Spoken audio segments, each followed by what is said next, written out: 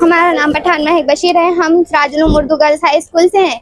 हमारा सेंटर विमलाबाई में आया हुआ है, लेकिन हमें फर्स्ट लैंग्वेज का पेपर दिया गया। थर्ड लैंग्वेज का पेपर हमें देना चाहिए था। जब हमने हेड मास्टर वहाँ पे आए हुए गार्ड से कहा, गाइडिंग के लिए जो आया था, हमने उनसे जब कहा कि ये पेपर हमारे लैंग्वेज का नहीं है, तो उन्हें हमें दुत्कार कर कहा कि ये नहीं है, यही हमारे पास बोर्ड से आया हुआ है, हमने आपके सामने ये पेपर फाड़ा था, तो ये कैसे गलत हो सकता है। तो हम खामोश हो गए। लेकिन हमारे मुस्तकबिल में हमारे लिए परेशानी आ सकती है। हमारी दरख्वास्त है गवर्नमेंट से कि वो हमारी मदद करे। हे सांगा आम्हाला। या ठिकाणी विमलाबाई देशमुख कन्या शाळा अहमदपूर सेंटर क्रमांक 4064 या ठिकाणी आज मला हॉल क्रमांक 10 वर पर्यवेक्षक म्हणून या ठिकाणी केंद्र प्रमुख व केंद्र संचालक यांनी नेमणूक दिलेली होती आणि माझा इंग्रजी विषय नसून इतिहास भूगोल होता आणि उर्दू माध्यमचा अभ्यासक्रम, इंग्रजी माध्यमचा अभ्यासक्रम हे इतिहास भूगोलच्या शिक्षकांना कोणता आहे सिलेबस हे माहीत राहत नाही। त्यानंतर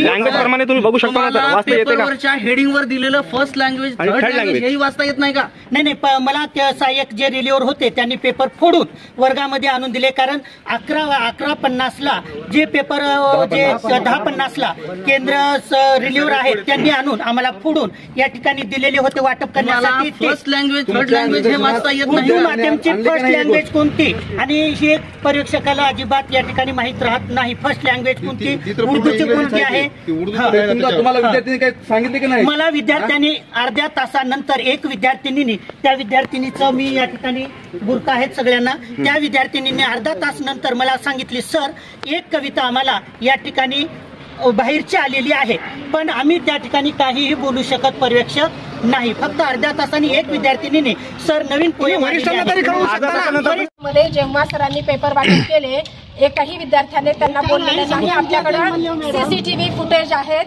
तुम्ही ते बघू शकता। एकाही विद्यार्थ्याने ही कल्पना आणून दिलेली, नजरेस आणून दिलेली नाही। मॅडम, विद्यार्थी तुमच्या समोर आहेत, ते सांगते। अर्धा तास पेपरचा झाल्याच्या नंतर एका विद्यार्थिनीने सरांना म्हणाले की सर हा जो एक कविता आहे ही सिलेबसच्या आउट ऑफ सिलेबस आहे।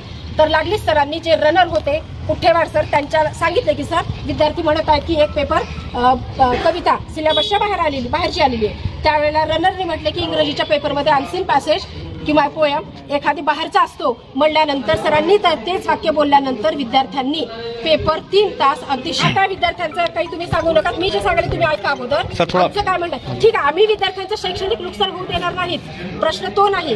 प्रश्न असा आहे की बाबा जे काही पेपर सेंटरवरती इंग्रजी माध्यम नसताना आमच्या सेंटरवरती त्या प्रश्नपत्रिका आल्या आणि नजर चुकीने जो काही परीक्षा विभाग आहेत किंवा सहकेंद्र संचालक आहेत, रनर आहेत, या सगळ्यांच्या ह्याच्यातून वाटप केल्या।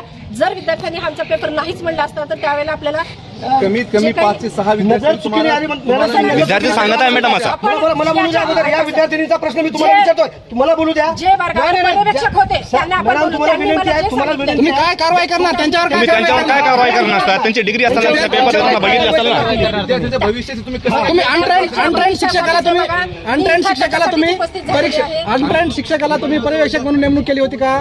त्यांना बोलवा ना पर्यवेक्षक। अनट्रेंड होते का ते? विद्यार्थीला कोणी तक्रार केली? हा विषय नाही। माझा व्हिडिओ